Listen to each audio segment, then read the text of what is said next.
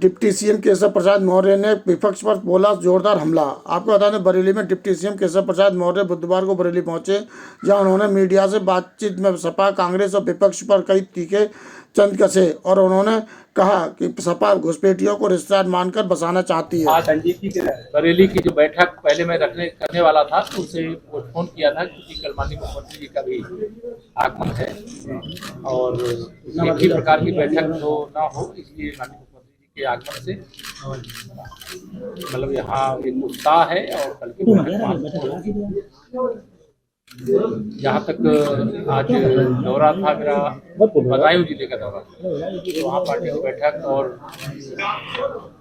ये प्रशासनिक बैठक और फिर कई हमारे जो क्षेत्रीय अध्यक्ष हैं, कई जगह वैवाहिक समारोह थे, उसमें हिस्सा लेकर के मैं यहाँ पहुँचा हूँ।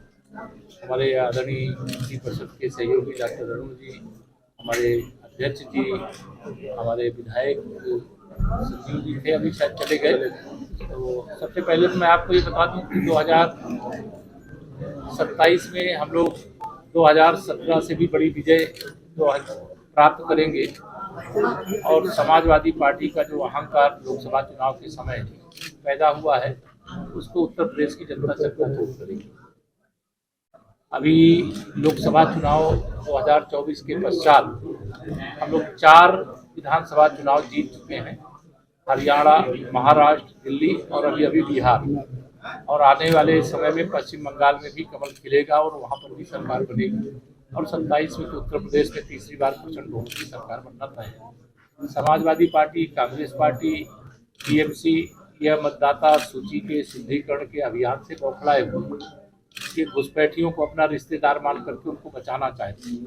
जिन मतदाताओं का स्वर्गवास हो गया उनको मतदाता सूची में रख करके उनके नाम पर फर्जी वोट डालने की मंशा रखते हैं, बूथ लूट करके ये विधानसभा जीतना चाहते हैं, सरकार बनाना चाहते हैं, लेकिन अब ये मंशा पूरी नहीं होगी, ऐसा हम सब लोग विश्वास रखते, भरोसा रखते। अभी देश की संसद में कौन है वंदे मातरम की 150वीं वर्षगांठ होने पर एक बहुत सार्वजनिक चर्चा होनी थी, जिसमें विपक्ष का रुख नकारात्मक रहा, चाहे कांग्रेस हो चाहे समाजवादी पार्टी हो। इनको वंदे मातरम जिस गान के कारण से, जिस महामंत्र के कारण से अंग्रेजों की पराधीनता से देश को मुक्ति मिली, जिस महामंत्र का जाप करते हुए हमें विश्वास है विकसित भारत बनेगा, विकसित उत्तर प्रदेश बनेगा, उससे इनको परहेज होता है क्योंकि इनको अपने वोट बैंक की चिंता रहती है।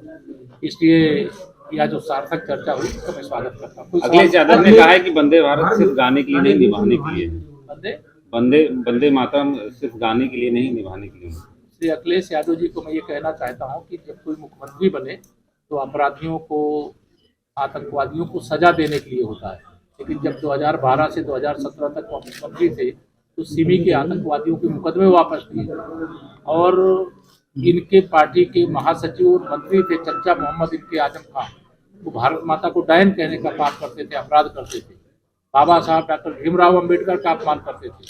श्री अखिलेश यादव जी को मैं इतना ही कहूँगा कि वंदे मातरम का गान करें और अपने पार्टी के सब लोगों को गान करने के लिए कहें।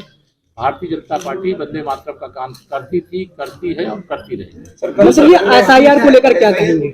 SIR एक मतदाता, देखिए लोकतंत्र का ये महायज्ञ है और SIR का मतलब ये है कि मतदाता सूची शुद्ध हो जाए, जो स्वर्गवासी मतदाता हुए हैं उनका नाम हट जाए, जो मतदाताओं का नाम एक से अधिक स्थान पे है वो एक स्थान पर रह जाए, जो युवा हमारे 18 साल के उनका मतदाता सूची में नाम जुड़ जाए, और कोई घुसपैठिया है तो उसको पकड़ करके मतदाता सूची से ही नाम नहीं, उसको देश से निकाल दिया जाए। विपक्ष कह रहा है कि जो SIR के बहाने जो बीजेपी के विरोधी वोट हैं उनको वोट काटे जा रहे हैं। विपक्ष के लोग आरोप लगा रहे हैं कि SIR के बहाने जो है जो बीजेपी के विरोध के लोगों का काम नहीं है, ये तो भारतीय जनता पार्टी सहित सभी राजनीतिक दलों का काम है। अपने अपने कार्यकर्ताओं के माध्यम से पहले चरण में SIR की प्रक्रिया है, वो गलत, भारतीय जनता पार्टी का कोई कार्यकर्ता गलत नहीं कर सकता और समाजवादी पार्टी का, कांग्रेस पार्टी का, टीएमसी पार्टी का कोई कार्यकर्ता सही नहीं कर सकता। हम सदैव सत्य के पक्ष में रहेंगे तो ऐतिहासिक विजय हमारी है। कल अखिलेश जी ने सदन में भाजपा को राष्ट्रवादी पार्टी न कह के राष्ट्रवादी पार्टी का बयान दिया। देखिए श्री अखिलेश यादव जी की समाजवादी पार्टी ही समाजवादी पार्टी है, जब अभी बिहार के चुनाव के बाद ये लाल टोपी वाले आपको बरेली में दिखाई नहीं दे रहे होंगे, पहले बहुत उछलने कूदने लगे थे। ये उछल कूद करते हैं, लेकिन इनको उनकी हैसियत में लाने का काम, ये सोचे थे कि इनके रिश्तेदार तेजस्वी यादव बिहार के मुख्यमंत्री बन जाएंगे, लेकिन बिहार में गए कि हम अवध में हराए हैं, मगध में हराएंगे, लेकिन मगध भी हार गए, अब अवध और यूपी भी हारेंगे और सैफई जाएंगे। मंत्री जी, अखिलेश यादव ने चुनाव बैलेट पेपर से बंद की है, क्या कहेंगे?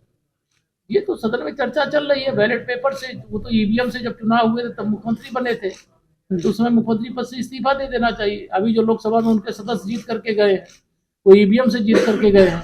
अगर ईवीएम गलत, इस्तीफा दे करके कहें बैलेट पेपर से हमारी सीटों पर चुनाव करा दीजिए।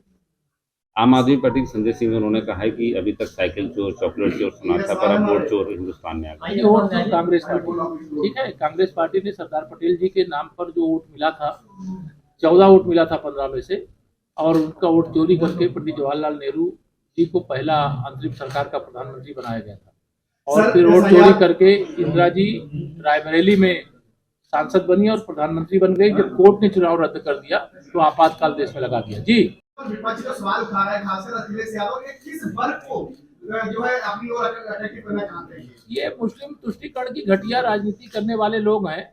इनके राजनीति का सूर्य अस्त होने वाला है, सब सफाई जाने वाले हैं। परिवारवाद की राजनीति का अंत इस देश ने शुरू कर दिया है, और आने वाले समय में परिवारवाद नहीं, जो सबकी सेवा करेंगे वो राजनीति में रहेंगे, जो शोषण करेंगे, जो जमीन कब्जा करेंगे, जो शराब माफिया, नकल माफिया, भू माफिया होंगे, वो सब राजनीति से विदा होकर के जहां उनको जाना चाहिए वहां जाएंगे।